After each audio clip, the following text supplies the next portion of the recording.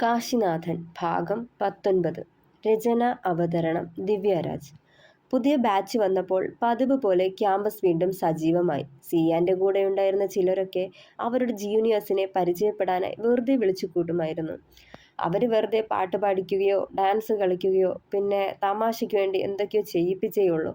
ആരെയും ഹേർട്ട് ചെയ്യുന്ന തരത്തിൽ ഒന്നും ഉണ്ടായില്ല. എന്നാൽ ഈ നേരമൊക്കെ ഞാനോ അവനോ ആ കൂട്ടത്തിലേ ഇല്ലായിരുന്നു എന്നതായിരുന്നു സത്യം. പിറ്റേന്ന് ഫ്രഷേഴ്സ് ഡേ ആയിരുന്നു. ഞങ്ങളൊക്കെ കോളേജിന്റെ പരിസരത്ത് തന്നെ ചുറ്റിക്കറങ്ങി നടക്കുമായിരുന്നു. ഇടയ്ക്ക് പിയൂൺ ചേട്ടൻ വന്ന് എന്നെയും സിയാനെയും പ്രിൻസിപ്പൽ വിളിപ്പിച്ചെന്ന് വിളിച്ചിരുന്നു. ഞങ്ങൾ രണ്ടാളും അവിടെ ചെല്ലുമ്പോൾ അച്ഛനും സാവിത്രിയും സിയാന്റെ അപ്പനും ആങ്ങളയും ഒക്കെ അവിടെ ഇരിപ്പുണ്ടായിരുന്നു. കാര്യം മനസ്സിലാവാതെ മിഴിച്ചു നിന്ന ഞങ്ങൾക്ക് നേരെ മാനേജർ ഓരോ എൻവലപ്പ് നീട്ടി. ഇത് ഞങ്ങളുടെ സസ്പെൻഷൻ ലെറ്ററാണെന്ന് കൂടി പറയുമ്പോൾ ഞെട്ടലായിരുന്നു ഞങ്ങളിൽ. അറിഞ്ഞുകൊണ്ട് ഇതേവരെ ഒരു പ്രശ്നവും ഉണ്ടാക്കിയിട്ടില്ലെന്ന് ഉറപ്പായിരുന്നു ഞങ്ങൾക്ക്. ഞങ്ങൾ ചോദിക്കുന്നതിന് മുന്നേ തന്നെ അയാൾ ഞങ്ങളുടെ ചോദ്യത്തിനുള്ള മറുപടിയും തന്നു. റാഗിങ്ങിന്റെ പേരിൽ ഫസ്റ്റ് ഇയറിലെ ഒരു ആൺകുട്ടിയെ ഞാനും സിയാനും ചേർന്ന് ദ്രോഹിച്ചെന്ന് അവനും അവന്റെ ഫ്രണ്ട്സും ചേർന്ന് കംപ്ലൈന്റ് കൊടുത്തത്രേ. ഇത് ചതിയാണ്, അങ്ങനൊന്നും നടന്നിട്ടില്ലെന്ന് പറഞ്ഞെങ്കിലും ആരും അത് ചെവിക്കൊണ്ടില്ല. പിന്നെ വാദിച്ചിട്ടും ബോധ്യമില്ലെന്ന് തോന്നിയിട്ടാവും ആരെയും ബോധ്യപ്പെടുത്താനും നിന്നില്ലവൻ. അന്ന് അവിടെ വെച്ച് സിയാന്റെ അപ്പനെയും അമ്മയും അധിക്ഷേപിച്ചുകൊണ്ട് സാവിത്രി പലതും വിളിച്ചുകൂവി. അവന്റെ കൂട്ടുകെട്ടാണ് എന്നെ ഇങ്ങനെയുള്ളവനാക്കിയതെന്നോ മറ്റുള്ളവരെ കൂടി വഴിതെറ്റിക്കാൻ നടക്കോ അവനെന്നോ പിന്നെയും എന്തൊക്കെയോ വല്ലായ്മയോടെ പറയുന്നുണ്ടായിരുന്നു കാശിനാഥൻ. എന്നിട്ടെന്തുണ്ടായി? ഡോക്ടർ ആകാംക്ഷയോട് ചോദിച്ചു. വീട്ടിൽ ചെന്നപ്പോൾ എല്ലാം പഴയപടി. അയാളുടെ വക തല്ലും ആ സ്ത്രീയുടെ വക പരിഹാസവും ഒക്കെ പ്രതീക്ഷിച്ച് തന്നെയാ ഞാൻ ആ വീട്ടിലേക്ക് ചെന്നത്. അതുകൊണ്ട് പ്രത്യേകിച്ചൊന്നും തോന്നിയില്ല, നിർവികാരതയോടെ പറഞ്ഞവൻ. സിയാന്റെ വീട്ടിൽ പ്രശ്നമുണ്ടായില്ലേ? ഇല്ല. അവന്റെ അപ്പന് മകനെ നല്ല വിശ്വാസമായിരുന്നു. അവൻ ഇത്തരം പ്രവൃത്തി ചെയ്യില്ലെന്ന് അറിയാമായിരുന്നു. ചതിച്ചതാരാണോ അവനെ കണ്ടെത്തി അവനെ കൊണ്ട് തന്നെ എല്ലാവരോടും സത്യങ്ങൾ പറയിപ്പിക്കണമെന്ന് അവന്റെ അപ്പൻ അവനോട് പറഞ്ഞയച്ചിരുന്നു. 10 ദിവസത്തെ സസ്പെൻഷൻ കഴിഞ്ഞ് ഞങ്ങൾ രണ്ടാളും കോളേജിലേക്ക് തിരിച്ചെത്തി. അവന്റെ അപ്പൻ പറഞ്ഞതുപോലെ ആദ്യം ഞങ്ങൾ ചെയ്തത് ഞങ്ങൾക്കെതിരെ കംപ്ലൈന്റ് ചെയ്ത ആ പയ്യനെ കണ്ടെത്തുകയായിരുന്നു. അവന്റെ കൂട്ടുകാരിൽ ചിലരെ ചോദ്യം ചെയ്തപ്പോൾ അവൻ തന്നെ മുന്നിൽ വന്ന് നിന്ന് നടന്നതൊക്കെ തത്ത പറയുന്നത് പോലെ പറഞ്ഞു. സഞ്ജയ് ആയിരുന്നു ഒക്കെ അവനെ കൊണ്ട് ചെയ്യിപ്പിച്ചത്. ഈ ചെക്കൻ്റെ മോശപ്പെട്ട ചിത്രങ്ങൾ സഞ്ജയ് ഫോണിൽ പകർത്തിയിരുന്നു. അവ കോളേജിലെ എല്ലാ കുട്ടികളെയും കാണിക്കുമെന്ന് പറഞ്ഞ് ഭീഷണിപ്പെടുത്തിയത്രേ. എന്നിട്ടും വഴങ്ങാതെ വന്നപ്പോഴാ അവനെ കൂട്ടം ചേർന്ന് തല്ലി ചതച്ചത്. അവൻ്റെ തല്ലി പേടിച്ച് അവൻ എല്ലാം സമ്മതിച്ചതായിരുന്നു. കേട്ട പാതി കേൾക്കാത്ത പാതി സിയാൻ സഞ്ജയെ തേടിയിറങ്ങി. ഞാനവനെ തടഞ്ഞു. മാനേജരോട് കാര്യങ്ങളൊക്കെ അറിയിച്ചിട്ട് പോയാൽ മതിയെന്നും പറഞ്ഞു. പക്ഷേ അവനന്ന് വലിയ ദേഷ്യത്തിലായിരുന്നു. എനിക്കും പേടിയായി. ഞാൻ അവനെ കൂട്ടിപ്പിടിച്ച് വെക്കാൻ നോക്കി. എന്നെ പിടിച്ചു തള്ളി അടുത്ത ഒഴിഞ്ഞ ക്ലാസ് റൂമിൽ പൂട്ടിയിട്ടിട്ട് സഞ്ജയെ തേടിപ്പോയവൻ. അപ്പോഴും പോവണ്ടാന്ന് പറഞ്ഞതാ ഞാൻ അവനോട്. പറഞ്ഞു കഴിയുമ്പോൾ കാശി കണ്ണുകൾ അമർത്തി തുടച്ചു. എന്നിട്ട് എന്തുണ്ടായി? പേപ്പർ വെയിറ്റ് എടുത്ത് കറക്കിക്കൊണ്ട് സുദേവൻ ഡോക്ടർ വീണ്ടും തിരക്കി. ഞാൻ ആ റൂമിൽ കിടന്ന് ഒച്ചയിടാനും വാതിലിൽ തട്ടാനും തുടങ്ങി. അധികം തിരക്കില്ലാത്ത ഏരിയ ആയതുകൊണ്ട് ആരും വന്നില്ല. പിന്നപ്പോഴോ ഞങ്ങളുടെ കൂട്ടത്തിലെ ആരോ വന്ന് വാതിൽ തുറന്നതും ഞാൻ സിയാനെ തേടിപ്പോയി. സാധാരണ സഞ്ജയും ഗ്യാങ്ങും കൂടി ഇരിക്കുന്ന പണി തീരാത്തൊരു 4 നില കെട്ടിടമുണ്ട് ക്യാമ്പസിന്റെ പിന്നിലായി. അവിടേക്ക് ഞങ്ങൾ പാഞ്ഞുപോയി. മുറ്റത്തെത്തിയില്ല. അതിനു മുന്നേ മുകളിൽ നിന്നെന്തോ വന്ന് എൻ്റെ മുന്നിൽ വീണ പോലെ തോന്നി. അത് അവനായിരുന്നു, എൻ്റെ സിയാൻ. ഞാൻ ഓടിപ്പോയി എടുത്തപ്പോഴേക്കും പോയിരുന്നു. അവൻ ആ സ്പോട്ടിൽ തന്നെ പോയിരുന്നു. കരയാൻ തുടങ്ങി കാശിനാഥൻ. വൈഷ്ണവി അവൻ്റെ തോളിൽ കൈവച്ചതും അവളുടെ തോളിൽ മുഖം അമർത്തി കരയാൻ തുടങ്ങിയവൻ. ദയനീയമായി അവനെ തന്നെ നോക്കിയിരുന്നു സുദേവൻ ഡോക്ടർ.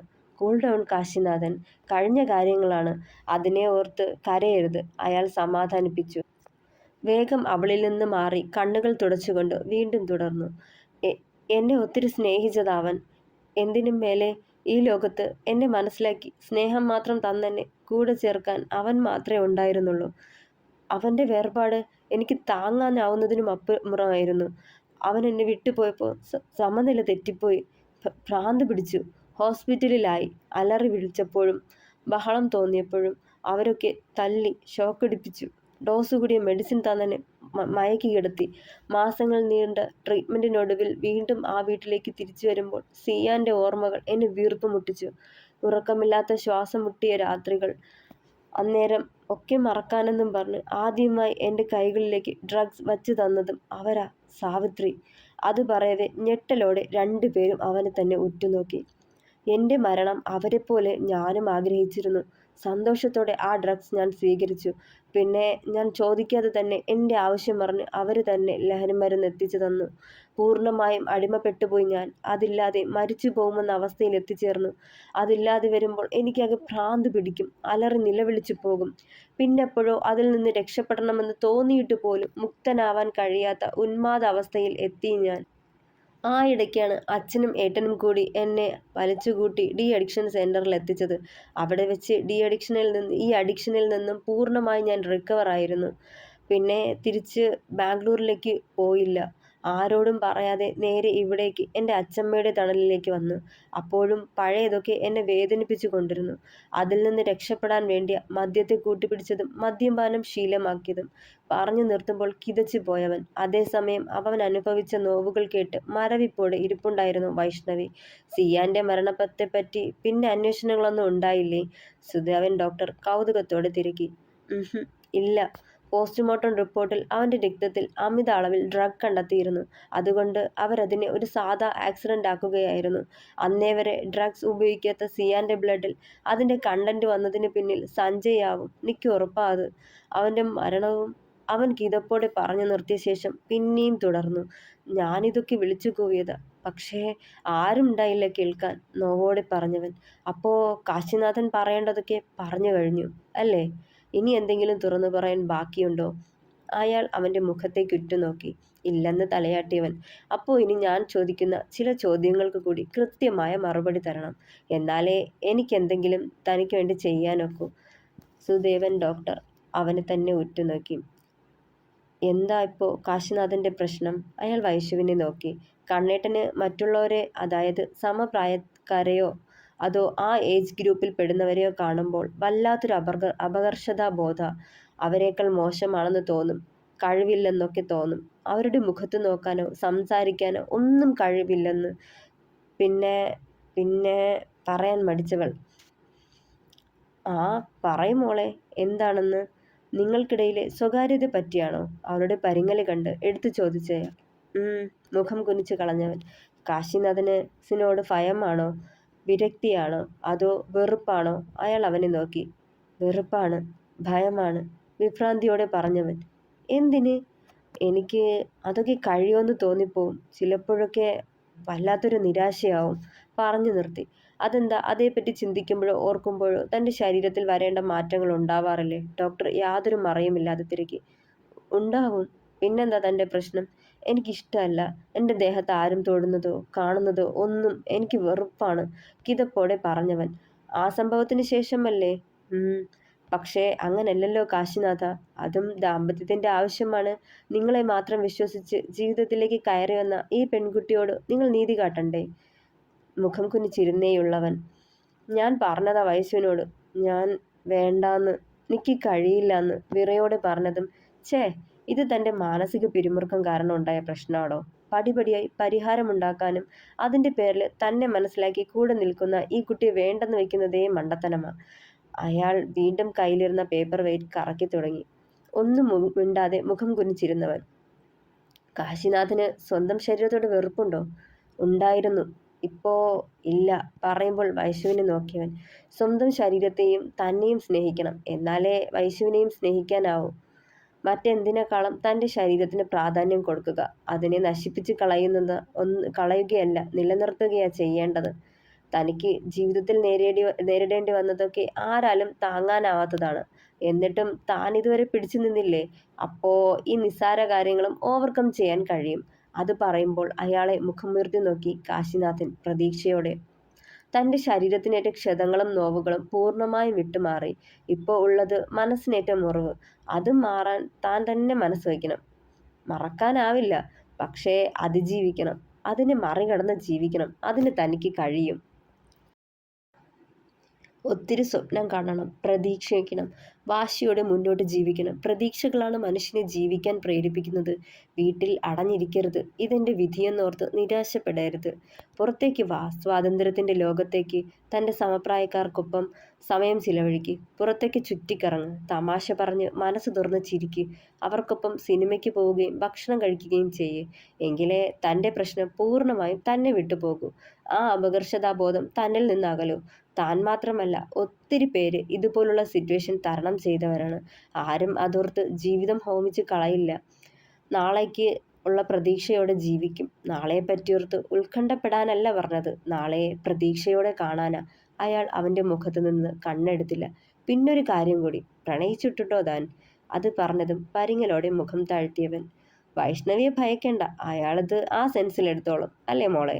ഡോക്ടർ അവളെ നോക്കി കണ്ണു ചിമ്മി കാട്ടുമ്പോഴും വൈഷ്ണവിയുടെ നെഞ്ചിടിപ്പേറി. അങ്ങനെ ഒരു പ്രണയം കണ്ണേട്ടനുണ്ടാവുമോ? ഉണ്ടെങ്കിൽ ആരാവും? നെഞ്ചൊന്ന് പിടച്ചവളുടെ. ഉണ്ടായിരുന്നു, അല്ല ഇപ്പോഴുമുണ്ട്. കാശിനാഥൻ മുഖമുയർത്തി നോക്കി. ആരാണത്? കൂടെ പഠിച്ച സഹപാഠിയോ അതോ? ഡോക്ടർ പറഞ്ഞു നിർത്തി. വൈഷ്ണവി. അവളുടെ മുഖത്തേക്ക് നോക്കി പറഞ്ഞതും ഞെട്ടിത്തരിച്ചിരുന്നവൾ. എടോ, ഇപ്പോഴത്തെ കാര്യമല്ല ഞാൻ ചോദിച്ചത്, മുന്നത്തേതാ? അയാൾ എടുത്തു ചോദിച്ചു. ഒരുമിച്ച് കളിച്ചു വളർന്ന കൂട്ടുകാരിയെ പിരിഞ്ഞപ്പോൾ എനിക്ക് ശ്വാസം മുട്ടുന്ന പോലെ തോന്നിയെങ്കിൽ, അവളെ കാണാണ്ട് വയ്യെന്ന് തോന്നിയെങ്കിൽ, വലിയ നിലയിലെത്തിക്കഴിഞ്ഞ് അവളെ സ്വന്തമാക്കണമെന്ന് സ്വപ്നം കണ്ടെങ്കിൽ, പിന്നെയും ഒരുപാട് പെൺകുട്ടികളെ കണ്ടിട്ടും അവളും അവളുടെ നിഷ്കളങ്കമായ മുഖവും മാത്രം അവൻ്റെ മനസ്സിൽ മായാതെ നിന്നെങ്കിൽ അത് പ്രണയമല്ലേ ഡോക്ടർ? ചോദ്യഭാവത്തിൽ അയാളെ നോക്കി കാശി. വൈഷ്ണവി അമ്പരന്ന് അവനെ തന്നെ നോക്കിയിരുന്നു. അപ്പോ കണ്ണേട്ടന് എന്നെ ഇഷ്ടായിരുന്നോ? അറിയാതൊരു ചിരി ചുണ്ടുകളിൽ വന്നണഞ്ഞതിനൊപ്പം കണ്ണുകളും നിറഞ്ഞു. അപ്പോ വൈഷ്ണവിയാണ് തൻ്റെ മനസ്സിൽ. വൈഷ്ണവിക്ക് ഇത് അറിയായിരുന്നോ? ഞാൻ ഉദ്ദേശിച്ചത്, തന്നോട് ഇതേപ്പറ്റി കാശിനാഥൻ തുറന്നു പറഞ്ഞിരുന്നു. സുദേവൻ ഡോക്ടർ വൈശുവിനെ നോക്കുമ്പോൾ ഇല്ലെന്ന് തലയാട്ടിയവൾ. അത് ശരി, മനസ്സിൽ കൊണ്ട് നടക്കുമായിരുന്നു ഇത്രയും ദിവസം. ഇനി അത് വേണ്ടല്ലോ. വൈശു ഒക്കെ അറിഞ്ഞ സ്ഥിതിക്ക് രണ്ടാളും പരസ്പരം പ്രണയിച്ചു തുടങ്ങിക്കോ. മനസ്സ് തുറന്ന് അയാൾ അത് പറയുമ്പോൾ ചെറുചിരി ചുണ്ടുകളിൽ പൊതിഞ്ഞു ഇരുവരിലും. വീണ്ടും കുറെ ഉപദേശങ്ങളും കൊടുത്ത് കൗൺസിലിംഗ് അടുത്ത സെക്ഷനിലേക്ക് മാറ്റി. തിരികെയുള്ള യാത്രയിൽ രണ്ടുപേരും മൗനത്തിലായിരുന്നു. തൻ്റെ മനസ്സിലുള്ള പ്രണയം ഡോക്ടർ വഴിയെങ്കിലും വൈശു അറിഞ്ഞ സന്തോഷത്തിലായിരുന്നു കാശിയെങ്കിൽ, അവൻ്റെ മനസ്സിൽ നിറയെ താനായിരുന്നെന്ന് അറിഞ്ഞതിൻ്റെ ആവേശത്തിലായിരുന്നു വൈശു. തിരികെ വീട്ടിലേക്ക് വന്നു കയറുമ്പോൾ ചന്ദ്രനും സാവിത്രിയും പ്രിയയും ആനന്ദും ഉമ്മറത്തിരിപ്പുണ്ടായിരുന്നു. പടി കടന്നകത്ത് കയറി വരുന്ന കാശിനാഥന്റെ മുഖത്തെ പ്രസരിപ്പും സന്തോഷവും കാണവേ വീണ്ടും തല പെരുത്തു സാവിത്രിക്ക്. അതേസമയം കാശിനാഥനിലെ മാറ്റം കണ്ട് മനസ്സ് തുറന്ന് സന്തോഷിച്ചു മറ്റുള്ളവർ. പോയ കാര്യം എന്തായി വൈശു? അവരെ നോക്കി പുഞ്ചിരിച്ചുകൊണ്ട് അവന് പിന്നാലെ മുകളിലേക്ക് കയറാൻ തുടങ്ങിയതും പിന്നിൽ നിന്ന് പ്രിയ വിളിച്ചു ചോദിച്ചവളോട്. കൗൺസിലിംഗ് സെക്ഷൻ ആയിരുന്നു ചേച്ചി. മനസ്സിലുള്ളതൊക്കെ തുറന്നു പറഞ്ഞപ്പോൾ ആള് ഹാപ്പിയായി. ഇനി കണ്ണേട്ടൻ്റെ മനസ്സിലെ അസ്വസ്ഥതയും പിരിമുറുക്കവും മാറിക്കോളും. അവൾ പുഞ്ചിരിയോടെ പറഞ്ഞു. അല്ല ആനന്ദേട്ടാ, ഞാനൊരു കാര്യം ചോദിച്ചോട്ടെ? ആനന്ദിനെ നോക്കിയവൾ. എന്താ മോളെ? അവൻ നെറ്റി ചുളിച്ചു. കണ്ണേട്ടൻ പഠനം അവസാനിപ്പിച്ച് വീട്ടിലായിരുന്ന സമയത്ത് ആള് ഡ്രഗ്സ് ഉപയോഗിക്കുമായിരുന്നല്ലോ. എന്താടാ? അവൻ്റെ നെറ്റി ചുളിഞ്ഞു. പുറത്തുപോലും പോവാതെ വീട്ടിനുള്ളിൽ, അതും ഒരു മുറിക്കുള്ളിൽ ചടഞ്ഞിരിക്കുന്ന കണ്ണേട്ടൻ്റെ കൈവശം അത്രയും ഡ്രഗ്സ് എങ്ങനെ എത്തി? നിങ്ങളാരും അത് അന്വേഷിച്ചില്ലേ? പ്രതീക്ഷിക്കാതെയുള്ള അവളുടെ ആ ചോദ്യം കേട്ട് വിറച്ചുപോയി സാവിത്രി. മോളെ, അതേപ്പറ്റി മുന്നേയും അവൻ ഉപയോഗിച്ചിരുന്നതല്ലേ? അതാ ഞങ്ങള്. ചന്ദ്രൻ മെല്ലെ പറയാൻ തുടങ്ങിയതും കണ്ണേട്ടൻ ഡ്രഗ് ഉപയോഗിച്ചിരുന്നില്ല. അന്ന് റാഗിങ്ങിനിടയിൽ സീനിയേഴ്സാണ് നിർബന്ധിച്ച് കണ്ണേട്ടൻ്റെ ശരീരത്തിലേക്ക് അത് കുത്തിവെച്ചത്. സ്വന്തം മകനെ കേൾക്കാൻ അച്ഛൻ തയ്യാറായില്ല. അതിന് ആ മകന് നഷ്ടപ്പെട്ടത് വർണ്ണമനോഹരമായ നല്ല ദിവസങ്ങളായിരുന്നു. ഒരു കാര്യം ഞാൻ പറയാം, വീട്ടിലുള്ള ആരോ തന്നെയാണ് കണ്ണേട്ടന് ഡ്രഗ്സ് എത്തിച്ചു കൊടുത്തത്. ഞാൻ പറയുന്നത് സത്യമാണെന്ന് ഒന്ന് അന്വേഷിച്ചു നോക്കൂ. സാവിത്രിയെ ഇരുത്തി നോക്കിക്കൊണ്ട് മുകളിലേക്ക് കയറിപ്പോയവൾ. അത്രയും മതിയായിരുന്നു സാവിത്രിയുടെ മനസ്സമാധാനം തകർന്നു തുടങ്ങാൻ. റൂമിൽ കയറി വാതിലടച്ച് കുറ്റിയിടുമ്പോൾ കണ്ടു ജനലോരം നിന്ന് പുറത്തേക്ക് നോക്കി നിൽക്കുന്നവനെ. ഓടിച്ചെന്ന് പുറകിലൂടെ മുറുകെ പുണർന്നു വൈഷ്ണവി. തിരിച്ചു നിർത്തി എണ്ണമറ്റ ചുംബനങ്ങൾ ആ മുഖമാകെ പതിപ്പിക്കുമ്പോൾ മനസ്സ് നിറഞ്ഞെന്ന് പുഞ്ചിരിച്ചവൻ. തുടരും. കഥ ഇഷ്ടമായെങ്കിൽ നിങ്ങളുടെ വിലയേറിയ അഭിപ്രായങ്ങൾ പറയണേ.